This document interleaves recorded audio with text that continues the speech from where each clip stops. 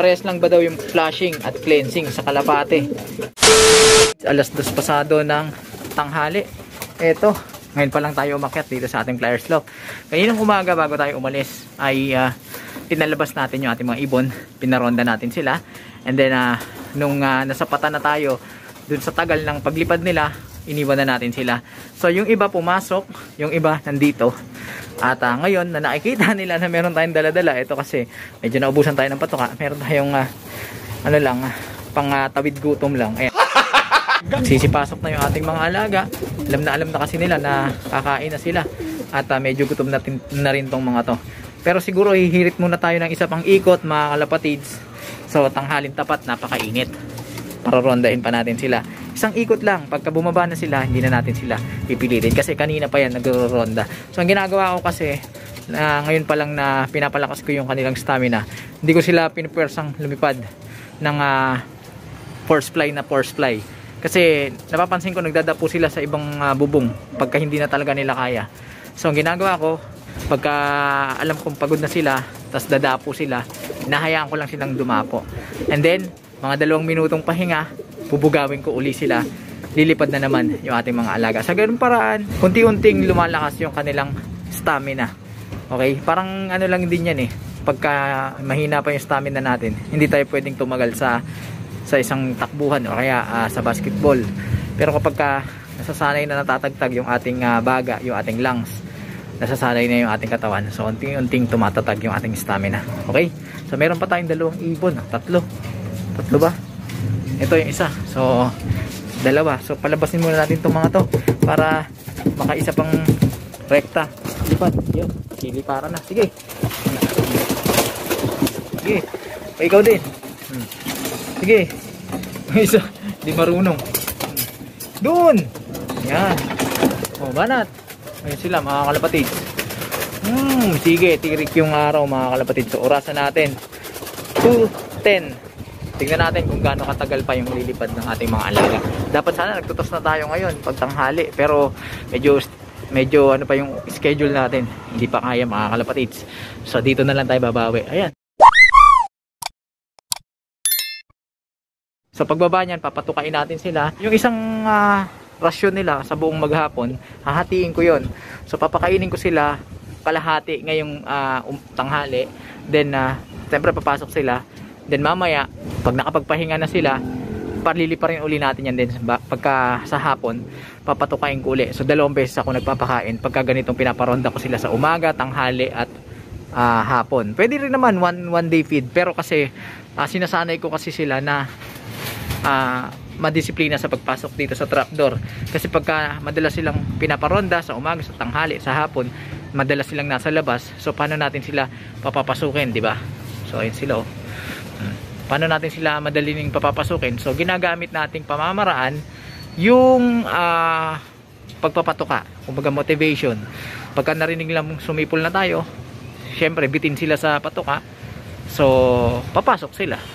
And then tutuka, kakain, papahinga, and then mamaya ganda na naman yung ating ipapagawa sa kanila. Sa ganung paraan, unti-unting tumatatag yung kanilang stamina. So naalala ko yung katanungan ng ating kalapatids, ayan, ano daw ang ginagawa natin paghahanda, training pagka isasabak sa race, sa club.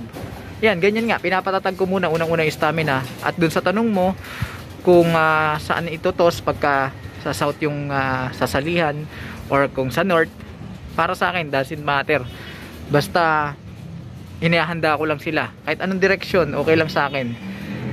Kumbaga specific lang ako sa direction pagka nagmi-mid toss na tayo. Usually pagka ano na yan mga 4th lap, 5th lap hanggang sa final lap, mga ganun.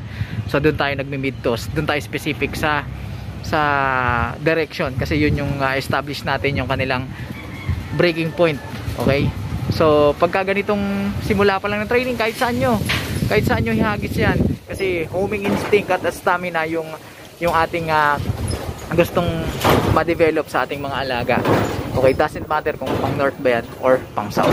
Yun na naman sila mga kalapatids. Andun pa. Ayan, lumipad na naman yung ating mga ibon at naggayahan na naman sila. So ganyan lang yan. Lipad, pahinga, lipad. So yan yung ating ginagawa. Habang naglilipad sila dyan, handa ko na yung patuka. Kasi pagka hinanda natin yung patuka na nandito sila at nakikita nila, tatama rin na yan. Maglilipad yung ating mga alaga. Ayan, nagbabaan na mga kalapatid yung ating mga ibon. Oh. Nagbababaan na sila. Ayan, time check tayo. Ayan, wala pang 10 minuto. Pero okay na yan kasi kanina pa yan naglilipad mga kalapatid. So gutom na rin yan dahil alas 2 na.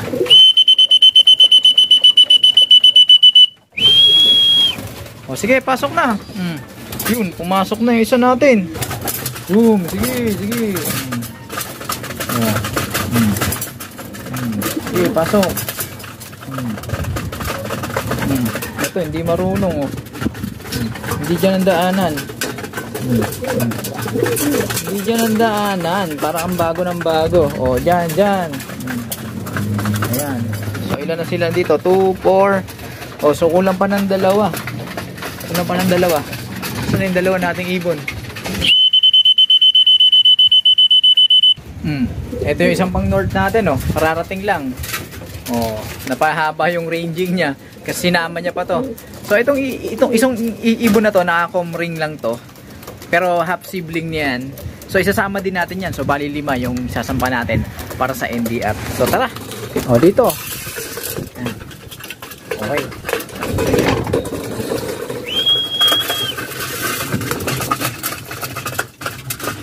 So itong grisel na to, ito. Tsaka ito, may puyo na yan. So 5 yan sila na sasabak natin sa training. Ayan, makikita nyo mga kalapatid, sinuhuli nila yung barley. Ibig sabihin yan, yung iba dyan had enough na, namimili na habang pinapaubos natin yung ginawa nating patuka sa kanila.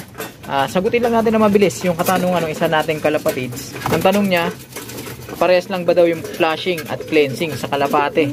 Bago natin sagutin yan, konting disclaimer lang, hindi tayo veterano, hindi tayo eksperto, at lalong hindi tayong henyo. Ito'y base lang sa ating pagkaunawa at mga natutunan din. Okay? So, para sa akin, yung flushing and cleansing, in a sense, parang parehas lang yan mga kalapatid. Ang pagkakaiba lang, mas complex ang cleansing. Ang flushing kasi, particularly, ibig sabihin yan, pina-flush natin yung kanilang mga toxins, yung mga liquid or body fluids na hindi maganda sa kanilang katawan, especially dun sa kanilang crop o dun sa kanilang butchi, pina-flush natin yan para mailabas sa katawan. Kadalasan yan ginagawa pagka galing sa race yung ating mga ibon, kasi gaya ng ating mga napag-usapan ng mga nakaraan, pagka lumilipad yung ating mga alaga at masyado silang nag-workout, nagsusunog sila ng carbohydrate, fats, and protein into energy, at sa pagsasagawa nun, nagkakaroon ng mga residue. Yun nga yung mga toxins sa kanilang katawan na kailangan nilang mailabas. So usually yung pagpa-flushing, ginagawa yan pagka galing race yung ating mga alaga, kasi minsan nakakainom din sila sa mga palayan ng hindi magagandang, alam nyo na, nakainom sila ng mga tubig na madudumi. So ang pinaka-purpose ng flushing ay ilabas yung mga madudumi na body fluids and toxins na nasa kanilang katawan. Whereas dun sa cleansing, ito yung paglilinis ng internal at external ng ating mga alaga. External, yung kanilang mga balahibo, kailangan walang mga kuto, lisa, at kung ano pang hanip. Internal, yung kanilang intestine, bituka, kailangan walang mga parasite. And then, kailangan rin sila infected ng mga kung ano-anong sakit. So, broad or malawak yung cleansing. Ginagawa naman ito, halimbawa, kapag magbe-breed tayo, bago natin isalang, magki-cleansing tayo. Okay? Then, pagka magre-race tayo, kagaya ng ating ginawa nung nakaraan, ayan, nag-cleansing tayo sa kanila gamit ng herbal method. Pero yung term na flushing, normally, ginagamit yan pagkatapos ng race or pagdating ng ating mga ibon. So pina-flush natin para mabilis na ma-recover yung kanilang magandang kondisyon. Dahil pag nalabas nila mga toxins sa kanilang katawan, mabilis silang makaka-recover. So in a sense, parang parehas lang din yan. Bahagi ng cleansing yung pagpa-flushing. Okay? Okay, sana kahit paano ay nakapagbigay tayo ng ideya dun sa katanungan ng ating kalapatids.